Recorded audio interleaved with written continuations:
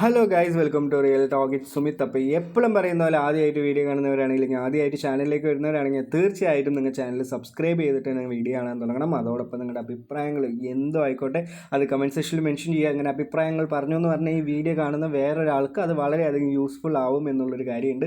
അതോടൊപ്പം കുറച്ച് ലൈക്ക് തരാനും ഈ വീഡിയോ ഇൻഫോർമേറ്റീവ് ആയി നിങ്ങൾക്ക് തോന്നുന്നുണ്ടെങ്കിൽ ഒരുപാട് ആൾക്കാർക്ക് ഷെയർ ചെയ്തിട്ട് ഈ ഒരു ഇൻഫർമേഷൻ എത്തിക്കാനും നിങ്ങൾ 100% ശ്രമിക്കുക. അപ്പോൾ നമ്മുടെ ഇന്നത്തെ വീഡിയോയിൽ ഞാൻ സംസാരിക്കാൻ വന്നിട്ടുള്ളത് നമ്മുടെ ക്രിപ്റ്റോൻ്റെ കിങ് ആയിട്ടുള്ള ഒരു ക്രിപ്റ്റോ കോയിൻ. ആൾറെഡി അങ്ങനെ പറയുമ്പോൾ തന്നെ ആകെ ഒരു കോയിനേ ഉള്ളൂ. അപ്പോൾ ബിറ്റ് കോയിനെ പറ്റി സംസാരിക്കാനാണ്. അതിൻ്റെ കൂടുതൽ ഡീറ്റെയിലുകളും എവിടെ നിന്നാണ് ബിറ്റ് കോയിൻ ഉണ്ടായത്, ആരാണ് ഉണ്ടാക്കിയത്, ഇതിന് എത്രത്തോളം സപ്ലൈ ഉണ്ട്, നമുക്കിത് വാങ്ങണോ വേണ്ടിയോ, എന്താണ് ഫ്യൂച്ചറിൽ ഇതാവാൻ പോകുന്നത്, എല്ലാ കാര്യങ്ങളും ഞാൻ പറയുന്നുണ്ട്. ആൾറെഡി തന്നെ XRP എന്ന് പറയുന്ന ഒരു ടോക്കണിൻ്റെ വീഡിയോ ഞാൻ ചെയ്തിട്ടുണ്ട്. അതേപോലെ തന്നെ നമ്മൾ റീസെൻ്റ്ലി ഒരുപാട് കോയിൻ DTHൻ്റെ ചെയ്തിട്ടുണ്ട്. അപ്പോൾ ഇങ്ങനെ ഓരോരോ കോയിൻ്റെ എക്സ്പ്ലനേഷനൊക്കെ നിങ്ങൾക്ക് വേണമെന്നുണ്ടെങ്കിൽ അടുത്തത് ഏതൊരു കോയിൻ അല്ലെങ്കിൽ ടോക്കൺ ആണ്, ഒരു ക്രിപ്റ്റോ കറൻസി ആണ് നിങ്ങൾക്ക് വേണ്ടതെന്നുള്ളത് കമൻറ്റ് സെക്ഷനിൽ മെൻഷൻ ചെയ്യുക. ആൾറെഡി തന്നെ കുറച്ച് പേര് മീം കോയിൻസ് ഒക്കെ പറഞ്ഞിട്ടുണ്ട്. അപ്പോൾ ആൾ കോയിനും അങ്ങനെയുള്ള മീം കോയിൻസിൻ്റെ കാര്യങ്ങൾക്കൊക്കെ അറിയാൻ വേണ്ടി നമ്മുടെ ടെലിഗ്രാം ചാനലിലും കൂടി നിങ്ങൾ കയറുക, നിങ്ങളുടെ അഭിപ്രായങ്ങൾ കമൻറ്റിൽ മെൻഷൻ ചെയ്യുക. അപ്പോൾ എന്തായാലും ബിറ്റ് കോയിനെ പറ്റി നമുക്ക് സംസാരിക്കാം. എപ്പോഴാണ് ബിറ്റ് കോയിൻ ഉണ്ടായത്? 2009 ബിറ്റ് കോയിൻ ഉണ്ടാക്കി. അത് ആരാണ് ഉണ്ടാക്കിയത്? സന്തോഷി നക്കോമോട്ടോ എന്ന് പറയുന്ന ഒരു അൺനോൺ പേഴ്സൺ ആണ്. മേ ബി നിങ്ങളുടെയൊക്കെ ബന്ധുക്കളാവാം, ഇല്ലെങ്കിൽ എൻ്റെ ബന്ധുക്കളാവാം. നമുക്ക് ആർക്കും ആരാണെന്ന് അറിയാൻ പറ്റാത്ത ഒരാൾ തന്നെയാണ്. ഇല്ലെങ്കിൽ ഇപ്പോഴും അതൊരു പബ്ലിക് ന്യൂസ് ആയിട്ടോ, ഇല്ലെങ്കിൽ ആരാണ് കണ്ടുപിടിച്ചത്, ഇല്ലെങ്കിൽ ഇതൊരു വെറും ഒരു AI ജനറേറ്റഡ് ആളാണോ, ഇല്ലെങ്കിൽ ഇതൊരു ബ്ലോക്ക് ചെയിനിലിട്ട് അതിൻ്റെ പേരാണോ, അങ്ങനെയുള്ള ഒരുപാട് ഡൗട്ടുകളുണ്ട്. പക്ഷേ ഇപ്പോൾ കറക്റ്റായിട്ട് ഇപ്പോൾ നമുക്ക് പറയാമെന്നുണ്ടെങ്കിൽ ബിറ്റ് കോയിൻ കണ്ടുപിടിച്ചത് സന്തോഷി നക്കോമോട്ടോ എന്ന് പറഞ്ഞിട്ടുള്ളൊരു വ്യക്തിയാണ്. ഇയാൾക്കൊരു സ്റ്റാറ്റു ഒക്കെ ഉണ്ട്, പക്ഷേ മുഖമൊന്നും റിവീൽ അല്ല. അപ്പോൾ അയാളാണ് എന്ത് ചെയ്തിട്ടുള്ളത്, ഈ ഒരു ബിറ്റ് കോയിൻ എന്ന് പറഞ്ഞിട്ടുള്ള കോയിൻ കണ്ടുപിടിച്ചിട്ടുള്ളത്. അപ്പോൾ അതേപോലെ തന്നെ ഇത് എന്താണ്, ഇപ്പോൾ ഡിജിറ്റൽ കറൻസി എന്ന് പറഞ്ഞ ഒരുപാട് ആൾക്കാർക്ക് അറിയും. നിങ്ങളുടെ കയ്യിലുള്ള ഈ ഒരു ഗൂഗിൾ പേയിലുള്ള മണിയൊക്കെ ഡിജിറ്റലായിട്ടല്ലേ നിങ്ങൾക്ക് കാണാൻ പറ്റുന്നത്. അതേപോലെയുള്ള ഈ ഒരു ഡിജിറ്റൽ കറൻസി അവിടെ ഇവിടെ ഒരു വ്യത്യാസം എന്താണെന്ന് പറഞ്ഞാൽ ഇത് ഡീസെൻട്രലൈസ് ആണ്. അവിടെ നമുക്ക് അക്കൗണ്ടിൽ പൈസ അയക്കാനും എല്ലാ കാര്യങ്ങളൊക്കെ വേണമെന്നുണ്ടെങ്കിൽ നമുക്ക് ബാങ്ക് വേണം, നമ്മുടെ ഐഡൻറ്റിറ്റി കൊടുക്കണം, അങ്ങനെയുള്ള പല കാര്യങ്ങളുണ്ടെങ്കിൽ ഡിജിറ്റൽ കറൻസിയിൽ ഒരു ക്രിപ്റ്റോ കറൻസി എന്ന് പറഞ്ഞാൽ നിങ്ങൾക്ക് ഇവിടെ ബാങ്ക് വേണ്ട, ഡീസെൻട്രലൈസ് ആണ്. അതേപോലെ തന്നെ ഇതിന് ഒരു ലിമിറ്റഡ് സപ്ലൈ മാത്രമേ ഉള്ളൂ. വെറും 21 മില്യൺ കോയിൻസ് മാത്രമാണ് നമ്മുടെ ഈ ഒരു സപ്ലൈയിൽ കിടക്കുന്നുള്ളൂ. അതിലും കുറച്ച് മാത്രമാണ് നമ്മുടെ മാർക്കറ്റിൽ കിടന്ന് കളിക്കുന്നുള്ളൂ എന്നുള്ളൊരു കാര്യം കൂടി ഞാൻ നിങ്ങൾക്ക് എന്തായാലും പറഞ്ഞുതരാം.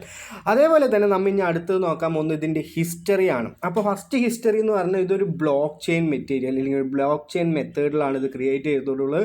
ഫസ്റ്റ് ഒരു ബ്ലോക്ക് ചെയിൻ എന്ന് പറഞ്ഞാൽ ജെനിസിസ് ബ്ലോക്ക് ചെയിൻ, അല്ലെങ്കിൽ ഒരു ജെനിസിസ് ബ്ലോക്ക് തന്നെയാണ് ബിറ്റ് കോയിനിൽ ക്രിയേറ്റ് ചെയ്തിട്ടുള്ളത്. അപ്പോൾ എന്താണ്, കുറേ ആൾക്കാർക്കുള്ള ഡൗട്ടാണ് ബ്ലോക്ക് ചെയിൻ പറഞ്ഞാൽ എന്താണ്. ബ്ലോക്ക് ചെയിൻ എന്ന് പറഞ്ഞാൽ നമ്മളെല്ലാവരും കണക്ട് ചെയ്തിട്ടുള്ള ഒരു സംഭവമാണ്, അല്ലെങ്കിൽ കണക്റ്റിംഗ് മെത്തേഡാണ്. ആ ഒരു മെത്തേഡിൽ നിങ്ങൾ എന്ത് ചെയ്താലും ആ എല്ലാവർക്കും ബാധിക്കപ്പെടും. അയാൾ എന്തെങ്കിലും ചെയ്താലും നമ്മൾ എല്ലാവർക്കും ബാധിക്കപ്പെടും. ഇത് ചെയ്തൊരു കാര്യം നമുക്ക് മാറ്റാനോ തിരുത്താനോ പറ്റില്ല.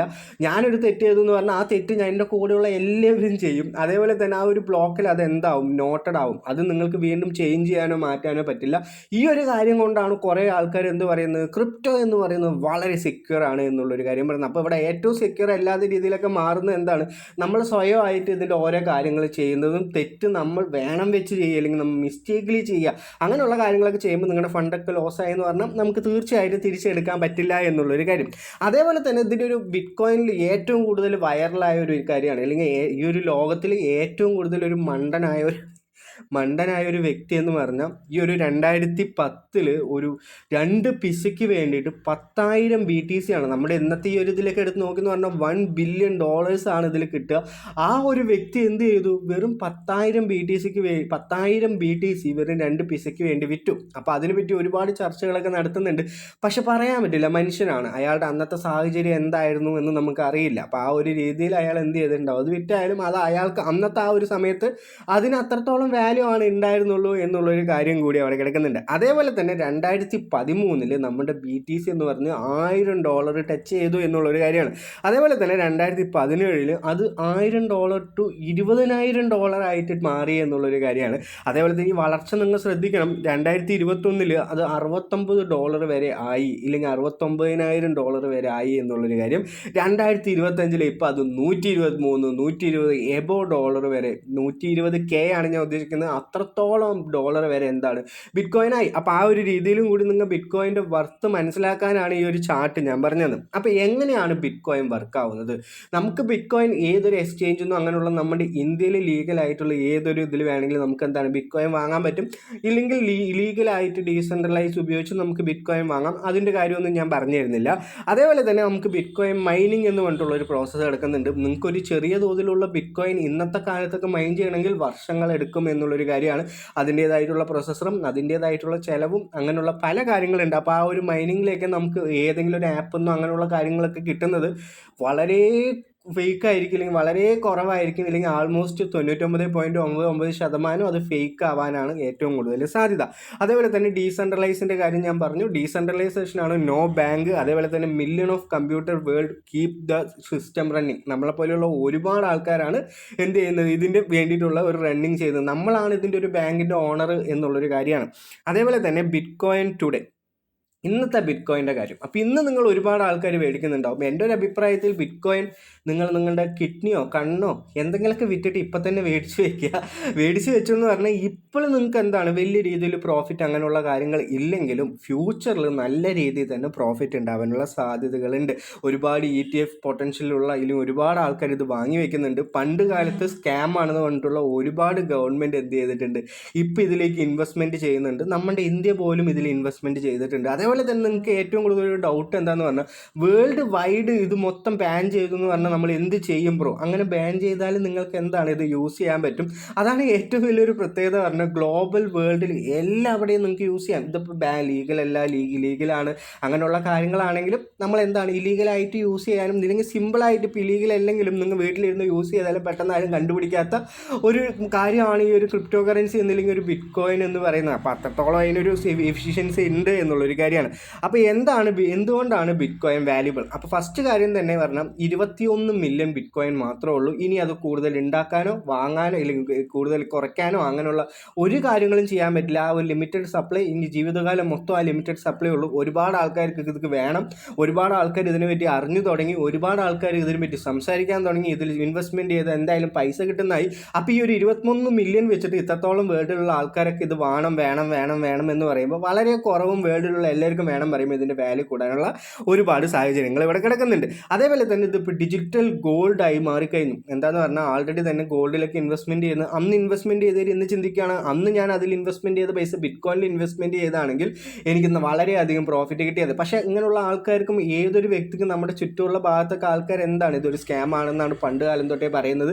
മേ ബി നമ്മളൊക്കെ ഇപ്പോഴാണ് അറിഞ്ഞുകൊണ്ട് വരുന്നത്. അപ്പോൾ എന്നാലും നിങ്ങൾക്ക് ഇപ്പോഴും ഇതിൻ്റെ സമയമൊന്നും കഴിഞ്ഞിട്ടില്ല എന്ന് മനസ്സിലാക്കുക. നിങ്ങളിപ്പോൾ എത്രയ്ക്ക് മേടിക്കുന്നോ അതൊരു 10 വർഷം കഴിഞ്ഞു എന്ന് പറഞ്ഞാൽ അതിൻ്റെ ഒരു 5 മടങ്ങ് 6 മടങ്ങ് ആവാനുള്ള, അല്ലെങ്കിൽ വേറെ ഏതൊരു അസറ്റിൽ നിങ്ങൾ ഇൻവെസ്റ്റ്മെൻറ്റ് ചെയ്താലും അതിനേക്കാളും ഒരു 10%, 20%, 30% കൂടാനുള്ള എല്ലാ കാര്യങ്ങളും ഈ ഒരു ബിറ്റ് കോയിനിൽ കിടക്കുന്നുണ്ട് എന്നുള്ളൊരു കാര്യം. അതേപോലെ തന്നെ ഇന്ന് നിങ്ങളിപ്പോൾ ഇത് ബൈ ചെയ്യണമെങ്കിൽ ലോങ് ടേമിൽ ഇല്ലെങ്കിൽ ഒരു പുഷപ്പിനൊക്കെ വെയിറ്റ് ചെയ്യുന്നവർ മാത്രം ബൈ ചെയ്താൽ മതി. ഇപ്പോൾ വളരെയധികം വാല്യൂ കുറയുന്നുണ്ട്. അപ്പോൾ ഈ ഒരു സമയത്തൊക്കെ ബൈ ഒരു ഡിപ്പ് എന്നാണ് ഒരുപാട് ആൾക്കാർ പറയുന്നത്. അപ്പോൾ ആ ഒരു രീതിയിൽ തന്നെ നിങ്ങൾ കണ്ടെടുക്കുക. ഞാൻ ആ രീതിയിൽ ഇത് വാങ്ങുക ഇല്ലെങ്കിൽ വിൽക്കുക എന്നുള്ള പ്രൊമോഷൻ ചെയ്യുന്നില്ല. പക്ഷേ ഒരു പുഷപ്പും കൂടി ഇനി ഉണ്ടാവാനുള്ള സാധ്യതകൾ ഈ ഒരു ബിറ്റ് കോയിനിൽ കിടക്കുന്നുണ്ട് എന്നുള്ളൊരു കാര്യം നിങ്ങൾ മനസ്സിലാക്കുക. ഇനി നമ്മൾ സംസാരിക്കാൻ പോകുന്ന കുറച്ച് ഫണ്ണി ഫാക്ട്സും അതേപോലെ തന്നെ റിയൽ ഫാക്ട്സും ആണ്. 20% ഓഫ് ബിറ്റ് കോയിൻ സപ്ലൈയിൽ അതിൽ 10,000 സംതിങ് എത്രത്തോളം ഇല്ലെങ്കിൽ ടോട്ടൽ സപ്ലൈയിൽ 20% വരെ ഇപ്പം എന്താണ് ആൾക്കാർക്ക് യൂസ് ചെയ്യാൻ പറ്റില്ല. എന്താണെന്ന് പറഞ്ഞാൽ ചിലവർ അത് കളഞ്ഞു, ചിലവർ ഡ്രൈവ് കളഞ്ഞു, ചിലവർക്ക് കീ ഫ്രേസസ് മറന്നു. അങ്ങനെ 20% ഓഫ് ബിറ്റ് കോയിനാണ്, എത്രയോ ബില്യൺ ഡോളേഴ്സ് ബിറ്റ് കോയിനാണ് ഒരുപാട് ആൾക്കാർ എന്ത് ചെയ്തിട്ടുള്ളൂ, വെറുതെ മറന്നിട്ടും കളഞ്ഞിട്ടുള്ളത് എന്നുള്ളൊരു കാര്യം അവിടെ കിടക്കുന്നുണ്ട്.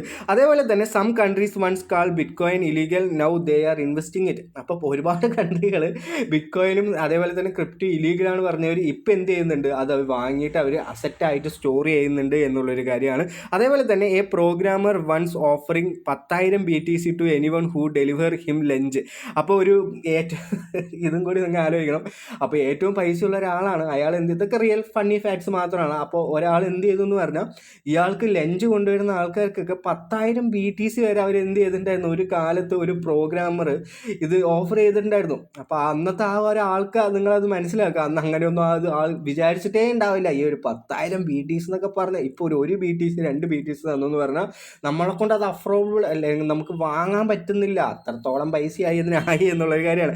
അതേപോലെ തന്നെ there are more bitcoin wallet that there are people in some countries but many wallet hold less than $10 worth. അപ്പോൾ അതേപോലെ തന്നെ എത്രയോ ബിറ്റ്കോയിൻ വാലറ്റ് ഉണ്ട്, അതിൽ ഒരുപാട് ആൾക്കാർ എന്ത് ചെയ്യുന്നില്ല, അതൊന്നും എടുക്കാനാക്കാനില്ല. അതിലേക്ക് $10 വർത്തും അങ്ങനെയുള്ള ഒരുപാട് ഡോളേഴ്സ് വർത്തുള്ള ബിറ്റ്കോയിൻ വെറുതെ വാലറ്റുകൾ വെറുതെ കിടക്കുന്നുണ്ട് എന്നുള്ളൊരു ഫണ്ണി ഫാക്ട്സും കൂടി ഒരുപാട് ആൾക്കാർ പറയുന്നുണ്ട്. അപ്പോൾ ഈ ഒരു ബിറ്റ്കോയിൻ്റെ കാര്യം ഞാൻ പറയാന്നുണ്ടെങ്കിൽ ഇതൊക്കെ ഒരു normal facts and normal things ആണ് ഞാൻ പറഞ്ഞിട്ടുള്ളൂ. ഇനിയിപ്പോൾ ഇതിൻ്റെ പ്രൈസ് അങ്ങനെയുള്ള കാര്യങ്ങളൊന്നും നമ്മൾ പറയുന്നില്ല. എന്താണെന്ന് പറഞ്ഞാൽ അങ്ങനെയുള്ള ഒന്നും ഇപ്പോൾ യൂട്യൂബിൽ കൊടുക്കാൻ പറ്റില്ല. കൊടുത്തു എന്ന് പറഞ്ഞ വീഡിയോ ഒക്കെ നമുക്ക് സ്ട്രൈക്ക് കിട്ടും എന്നുള്ള കാര്യമാണ്. അപ്പോൾ നിങ്ങളൊരു ലോങ് ടേം ഇൻവെസ്റ്റർ ആണെങ്കിൽ നിങ്ങൾക്ക് തീർച്ചയായിട്ടും ബിറ്റ്കോയിനിലൊക്കെ ചൂസ് ചെയ്യാം. മേ ബി നമുക്ക് ഇനി ഒരു പുഷപ്പ് ഉണ്ടാവാനുള്ള സാധ്യതയുണ്ട്. ഈ ഒരു 2025 എൻഡ് ആകുമ്പോൾ $150K വരെയൊക്കെ ആവുമെന്ന് ഒരുപാട് എക്സ്പേർട്സ് പറഞ്ഞിട്ടുണ്ട്. അപ്പോൾ ആ രീതിയിൽ തന്നെ നിങ്ങൾ കണ്ടിട്ട് എന്ത് ചെയ്യുക, ബിറ്റ്കോയിൻ വാങ്ങുക. എങ്ങനെ പോയാലും നഷ്ടം വന്നാലും ഇത് വന്നാലും നിങ്ങളുടെ വീട് വിറ്റിട്ടാണെങ്കിലും ആധാരം വെച്ചിട്ടാണെങ്കിലും ബിറ്റ്കോയിൻ വാങ്ങുക. ഇതിപ്പോൾ വീട്ടുകാർ കേൾക്കേണ്ട പറഞ്ഞിട്ടാണ്, എല്ലാം കൂടി വെച്ച് ബിറ്റ്കോയിൻ വാങ്ങുക. അത്രയാണ് നമുക്ക് പറയാനുള്ളൂ. അപ്പോൾ എല്ലാവർക്കും ഈ ഒരു വീഡിയോ വളരെ ഇഷ്ടപ്പെട്ടെന്ന് വിചാരിക്കുന്നുണ്ട്. അപ്പോൾ ഇതുവരെ ടെലിഗ്രാം ചാനലിൽ കയറാത്തവരാണെങ്കിൽ തീർച്ചയായിട്ടും ടെലിഗ്രാം ചാനലിൽ കയറുക. ഒരുപാട് ക്രിപ്റ്റോ എയർ ഡ്രോപ്പ് അങ്ങനെയുള്ള പല കാര്യങ്ങൾ പറയുന്നുണ്ട്. അപ്പോൾ വീഡിയോക്ക് നിങ്ങൾക്ക് ഇഷ്ടപ്പെട്ടു എന്ന് പറഞ്ഞാൽ കമൻറ്റ് സെക്ഷനിൽ നിങ്ങളുടെ അഭിപ്രായങ്ങൾ പറയാം. അപ്പോൾ എല്ലാവർക്കും നല്ലൊരു ദിവസം നേരുന്നു. Have A great day. നന്ദി, നമസ്കാരം, ബൈ.